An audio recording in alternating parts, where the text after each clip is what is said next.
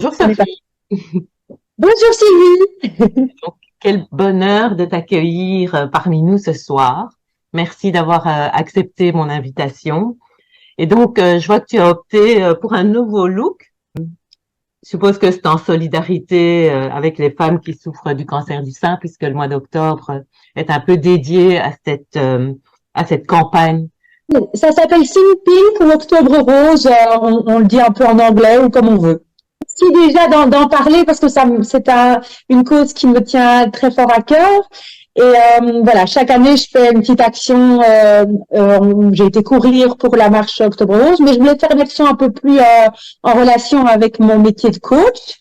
Et donc je me suis dit ben voilà, j'ai deux personnes dans mon entourage qui ont le cancer du sein, donc par solidarité, ben, je me suis rasé la tête.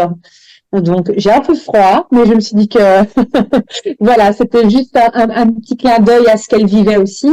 Et alors, pendant tout le mois d'octobre, j'offre des coachings gratuits pour les personnes qui ont le cancer du sein ou qui ont une personne de leur entourage qui vit la maladie de manière un peu difficile, les maris, les enfants, voilà. Donc, j'ouvre ma maison pour ces personnes.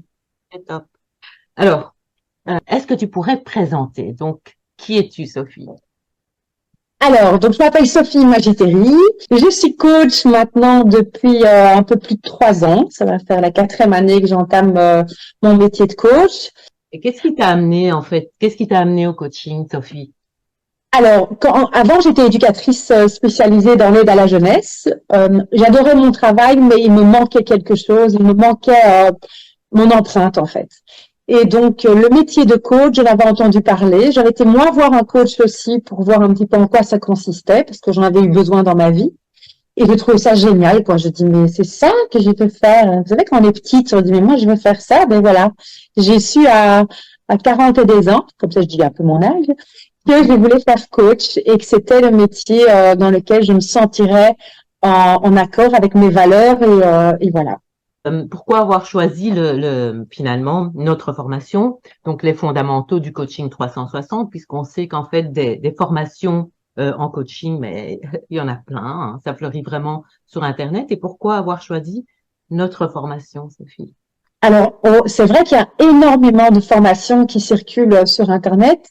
Moi, je voulais une formation complète, en fait, et je voulais travailler sur différents domaines, pas seulement sur une problématique, et alors avoir différents courants thérapeutiques qui existent aussi au niveau de la thérapie brève, au niveau de la systémique, au niveau de la PNL.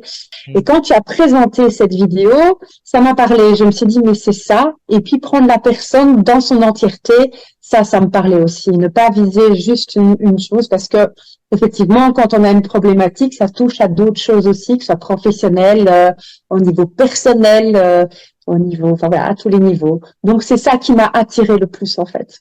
Qu'est-ce que tu as particulièrement aimé lors de ta formation? Donc là maintenant, ça fait presque 4 ans en janvier, ça fera Oui, 4. oui, ça va faire 4 ans.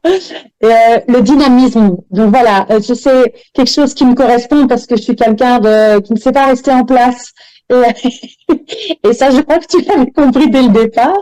Et j'aimais bien cette formation dynamique d'allier le côté théorique parce qu'évidemment ça, on doit pouvoir maîtriser notre métier et les différents courants. Donc il y a une partie théorique, mais j'aimais bien la mise en application directe pour vraiment intégrer les outils qu'on allait mettre nous-mêmes en place. Donc c'est très actif et c'est ça que j'ai vraiment adoré et qui me correspondait. Et je pense que ça correspond de plus en plus à beaucoup de personnes qui sont, voilà, je ne juge pas les autres formations, mais moi, rester assis sur une chaise 8 heures, j'ai besoin de mettre en application ce que j'entends. Tout à fait.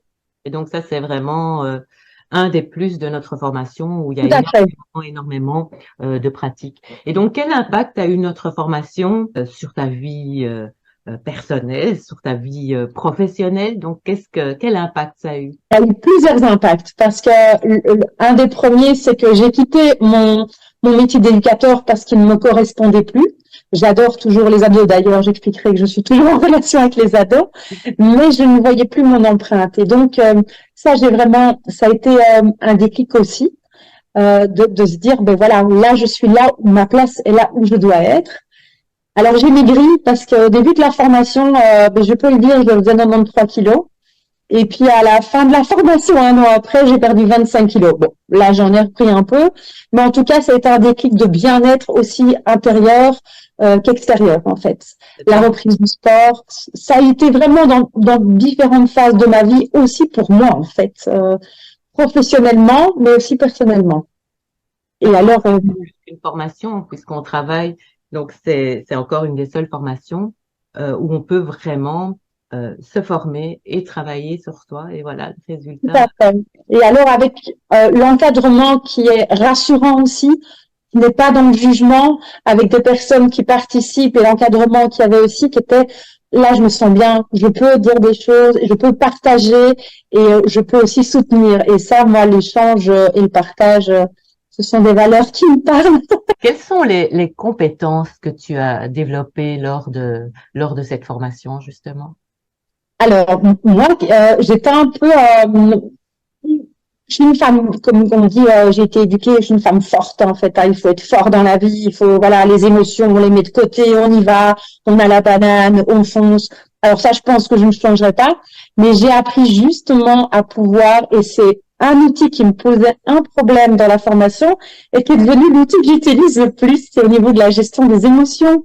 Et donc ça, c'est magnifique parce qu'avant, ben voilà, j'étais plutôt du genre, je pense que c'est ma formation aussi et l'éducation que j'ai reçue, c'est qu'il faut avancer, avancer, mais parfois il faut juste un petit peu ralentir et être à l'écoute de ses émotions. Donc cette formation, elle m'a appris aussi à m'écouter en fait.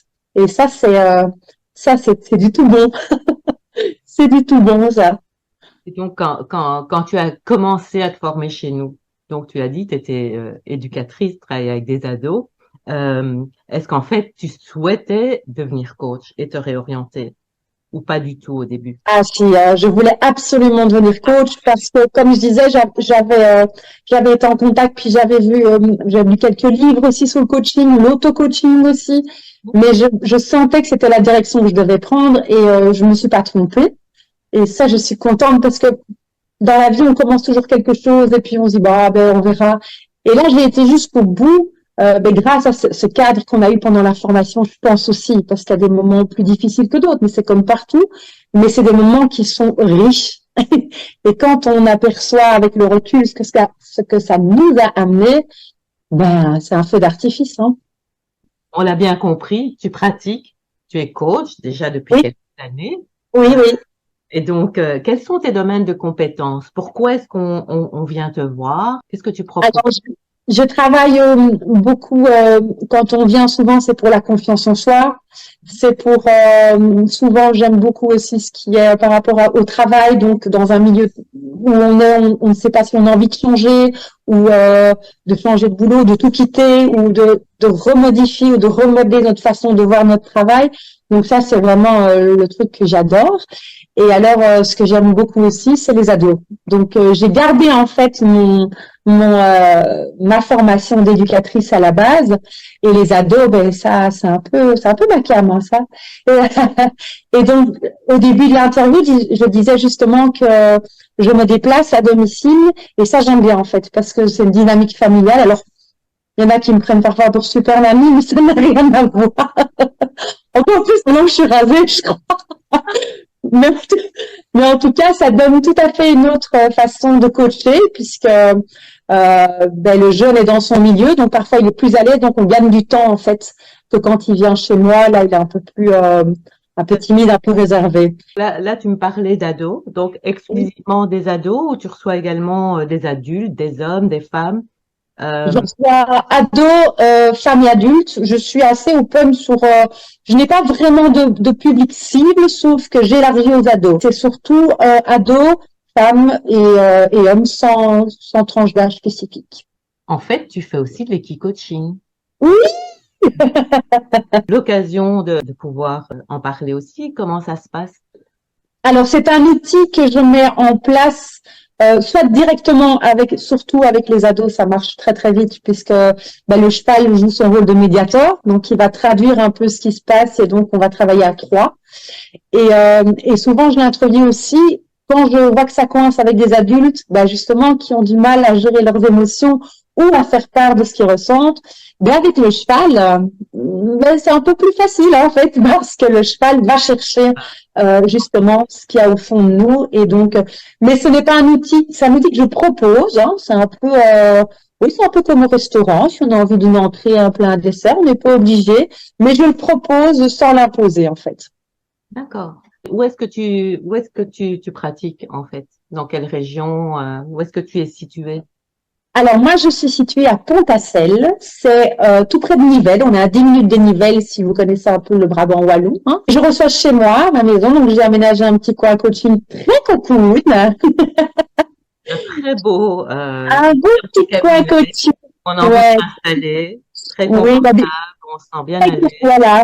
Avec un petit feu ouvert, un Les petit thé. photos Et l'avantage aussi, c'est que mon cheval avec qui je coach est à 500 mètres d'ici. Donc voilà, c'est facile aussi à ce niveau-là. En conclusion, à qui et pourquoi est-ce que tu recommanderais notre formation, les fondamentaux du coaching 360?